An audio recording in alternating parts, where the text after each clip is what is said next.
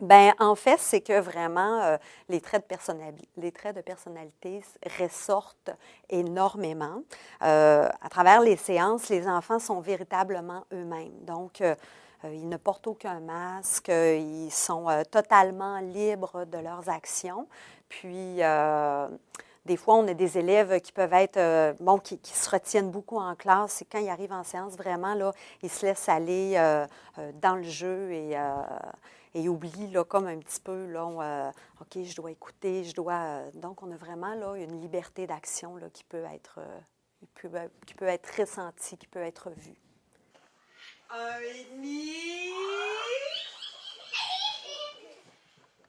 2,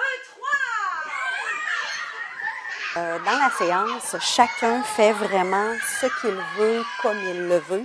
Toujours, bien sûr, en respectant la grande règle de la psychomotricité qui est de on peut jouer à ce qu'on veut sans se faire mal ou faire mal à quelqu'un. Donc, c'est l'enfant qui initie son jeu.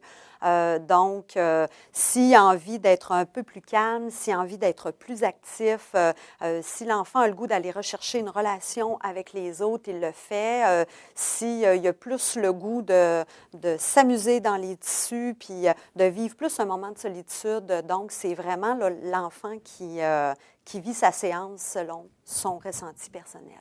À la commission scolaire, on est quand même là, une école là, qui est pionnière avec la psychomotricité, donc ça nous a été suggéré. Mais moi, avant de suivre la formation, j'avais eu l'occasion de pouvoir observer des séances, puis je trouvais que c'était absolument extraordinaire pour les enfants de pouvoir évoluer dans un contexte où ils sont proprement initiateurs de leur jeu et où ils répondent vraiment à leurs besoins. Comme je pense, par exemple, des enfants qu'on arrive à la séance, qui ont besoin de courir, qui ont besoin de libérer les tensions, ils le font. Il y en a qui voient d'autres agir, qui relèvent des défis et ça les amène, eux, à vouloir se surpasser. Donc, je trouvais que c'était une belle façon de pouvoir accompagner les enfants dans tout leur développement global. Et oui, c'est vraiment un plus. Je me trouve particulièrement choyée de pouvoir vivre ces séances-là parce que j'assiste à plein de petits moments magiques. Il y a énormément de changements. Je remarque surtout principalement une grande disponibilité à l'apprentissage. Les enfants, pendant tout le cadre de la séance, vraiment ont pu libérer des tensions, ont pu exploiter ce qu'ils avaient envie d'exploiter. Et après, ça leur permet de pouvoir se rendre davantage disponible quand on veut travailler des nouvelles notions, quand on veut se mettre à la tâche. Et moi, souvent, je vis mes séances très tôt le matin pour pouvoir bénéficier de tout cet aspect-là là, suivant la séance.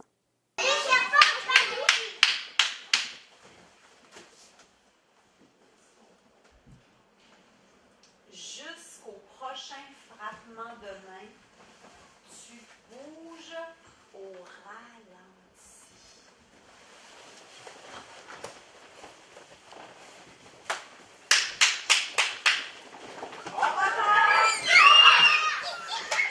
Non, les parents se montrent très ouverts parce que vraiment, et quand on fait la visite école, ils voient les lieux.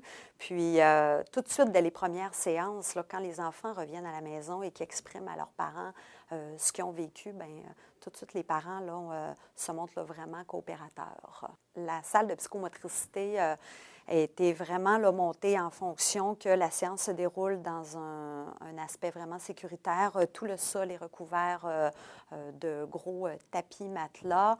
Sous le mur d'escalade, on a vraiment encore un gros tapis. Le seul petit accident qu'on peut constater, c'est bon, des fois des enfants dans un jeu courent, se cognent un petit peu, mais ça, on peut le vivre sur la cour d'école, on peut le vivre au gymnase, donc c'est pas en lien avec la pratique de la psychomotricité. Là. C'est à travers le plaisir, des fois, il arrive des petits encartades, mais rien de majeur.